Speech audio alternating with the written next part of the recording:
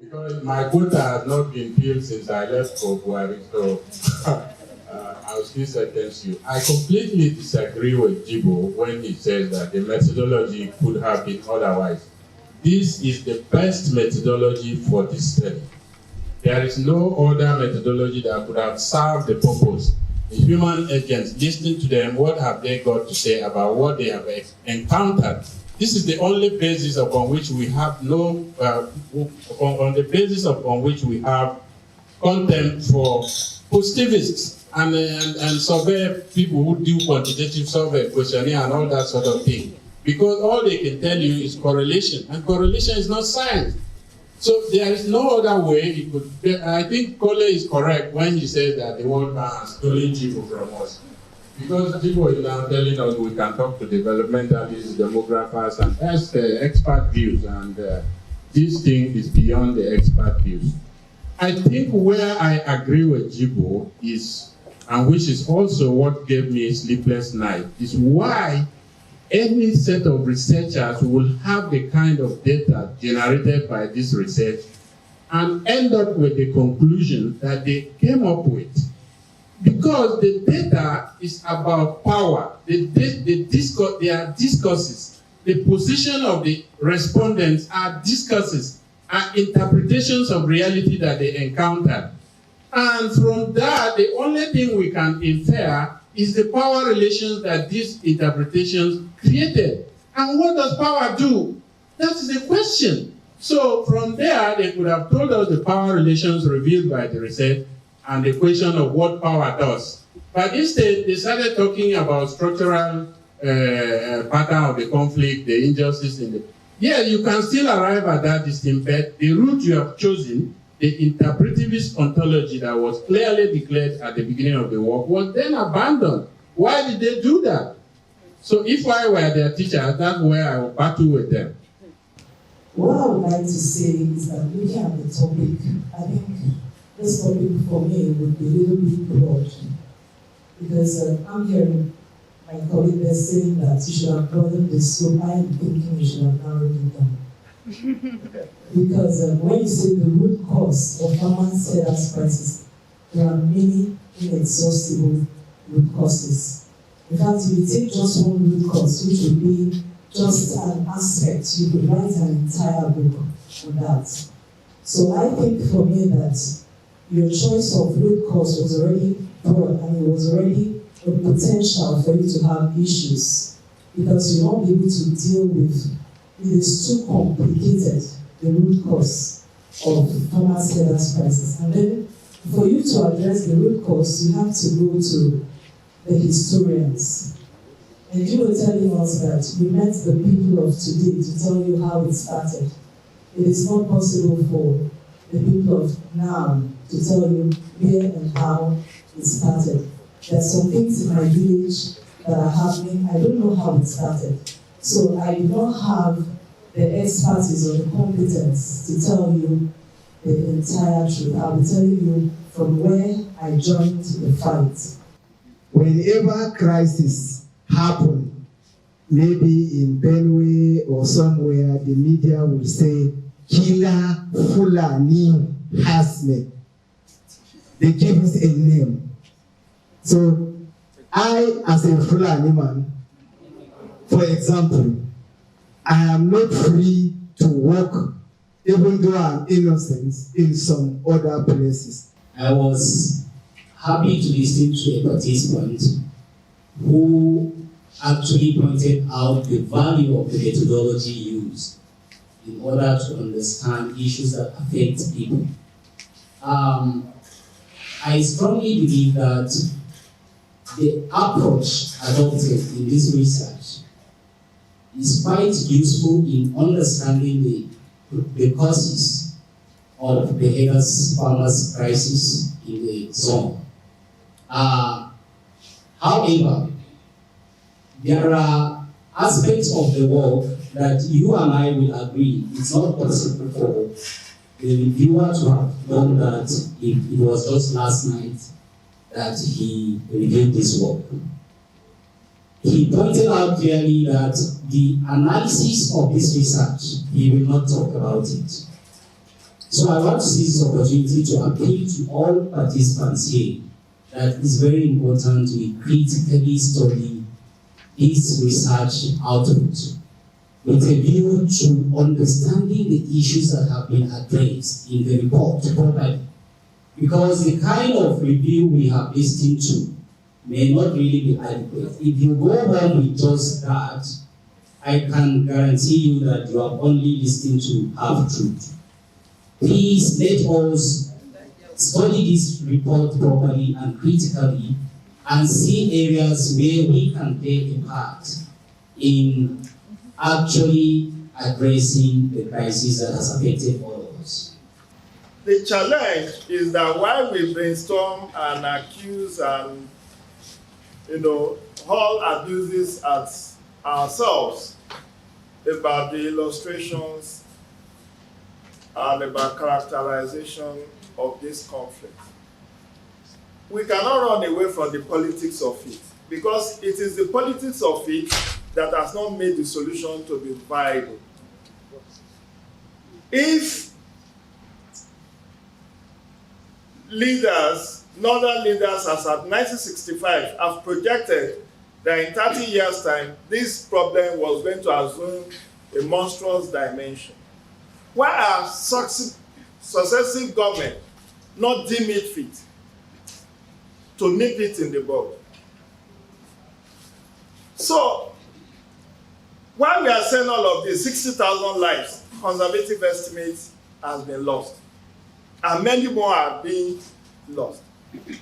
The question I want to pose, I don't know whoever can answer that, is National Livestock Transformation Plan, NLTP, as is currently being implemented by the Buhari administration, do we see it as achieving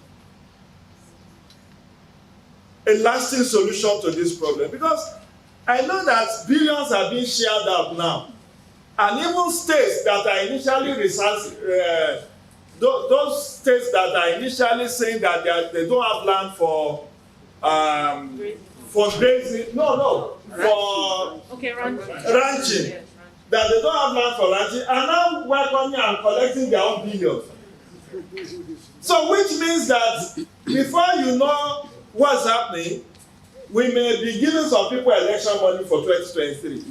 Because at the end of the day, this money will not be accounted for, just like ecological fund, go down the drains, and then we will still have this problem festering across the country. So, is National Livestock Transformation Plan, is it the solution we are looking for? Is it the antidote to this problem? That's my question. Thank you. The question I keep asking is, do we have CSOs that are basically focused on giving a voice to the Fulani people? Okay, so one of the things that has caused so much hate in the hearts of people, like when you talk about the Fulani thing, is because anytime there is a crisis, one part of the Fulani people is coming to say, yes, we did this because you did this. But we don't have some people that are unbigoted from this same Fulani group that are coming out to say, okay, we reject this. This is not what we are for. And then, maybe a group of Fulani people, CSOs, that are looking for actions to take to mitigate whatever effect others might be causing. And I really want to speak as a Nigerian. Sometimes we speak from our self-inflicted prejudice, and it shows in the kind of books we write, in our conversation, even in national discourse. Most times we speak from that angle, our comfort zone, without actually reaching out to the other person. So I, for instance, I'm from Kogi State. If I have to speak today, I might be speaking because I'm from Kogi State, and that's very, very wrong when you come from a nation where we have different ethnic nationalities and federating units. Now, talking about the pastoralists, from 1960 to date, you all agree with me that if you look at all our national policy documents, lot of resources have not been committed to the pastoralists. We have policies on agriculture, investment in agriculture, just for farmers alone. But if you look at the quantum of money that goes to the pastoralists, it's not as much as what has gone to the farmers. and Oboroa, name them, from successive regimes to the other. The pastoralists have not been given prominent position. They've not been given significant place in our national budgets and policy. The money that didn't raise our attention, raise the alert about, you know that money will go to politicians, not to civil society. And if they give civil society a fraction of it, there is a possibility that civil society will keep. So that's where the problem is. You and I know this. But the reality about poverty is that it takes so much integrity, it takes so much determination to stand, not to collect certain money when your family cannot eat well. And you see some other person who is not doing much and is doing well. So I think that is what we should be able to track. That money, where is it going to? How do we raise the bar of accountability? Let me start by saying the situation we are in today is a very, very problematic one. First, most southern and middle belt states decided to ban open grazing. Subsequently, most states in the Northwest and Northeast have also joined in banning open grazing. There's one issue with policy. When you decide on a policy move,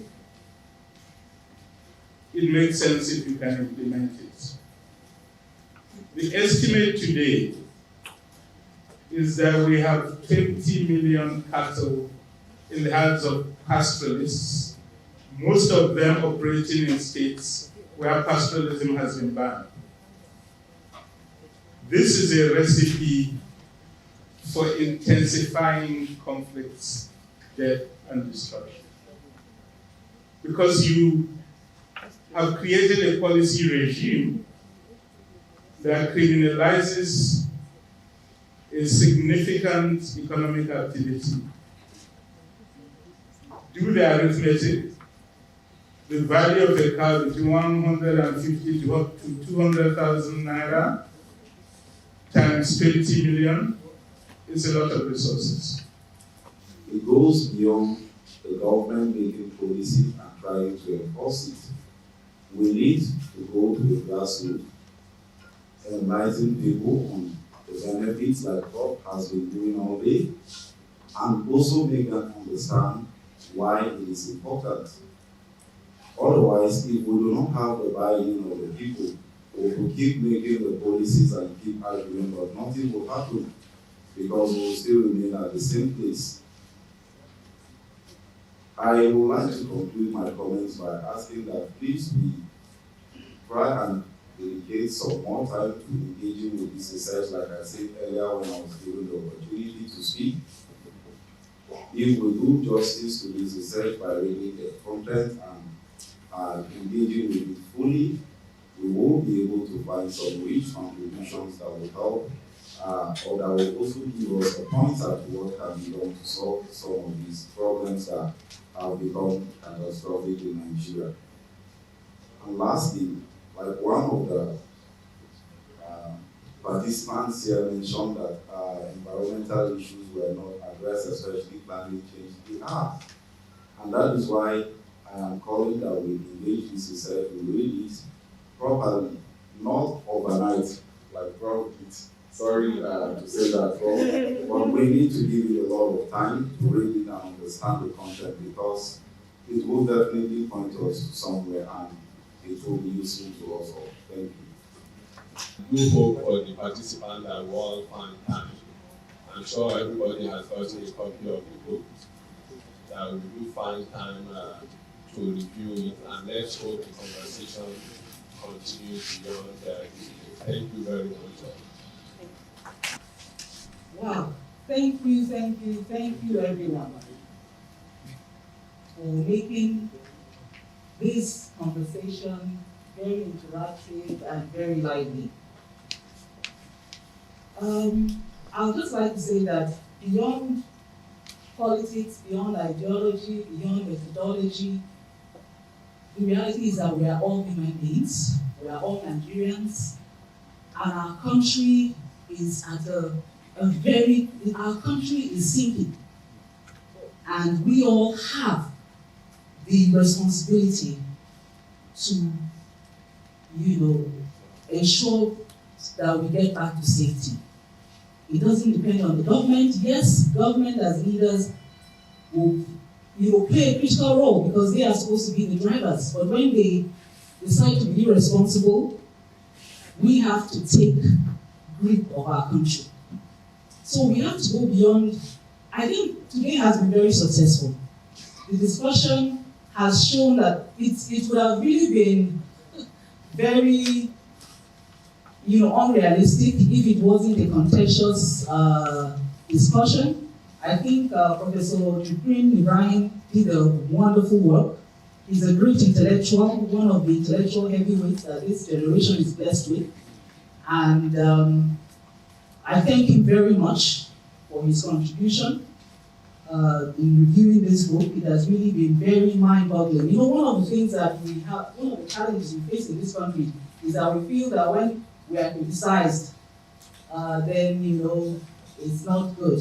But the reality is that we can only have development when criticism shows that, you are stimulating your thoughts. We can't have development if we are all going like sheep, because that's where we are heading to. If we all decide to toe ethnic lines, toe religious lines, then we are all going to sink, and this country will sink. And this country is the hope of Africa. We have a responsibility to take the destiny of this country into our hands. And our role as I'm Nigerian, but Roosevelt is a German foundation. This foundation is named after a great woman, a great intellectual, a mind that saw the destruction of war and that war is not to the benefit of the people. And Nigeria is at that rate. And I think every Nigerian has a duty to read the history of Rwanda before the genocide. Because Nigeria is very much in that, position at the moment. And if we decide to be foolish and toe ethnic lines, toe religious lines, then we are all going to perish. Thank you all very much. I want to thank Dr. Suchi and Dr. Musa for the great work they did.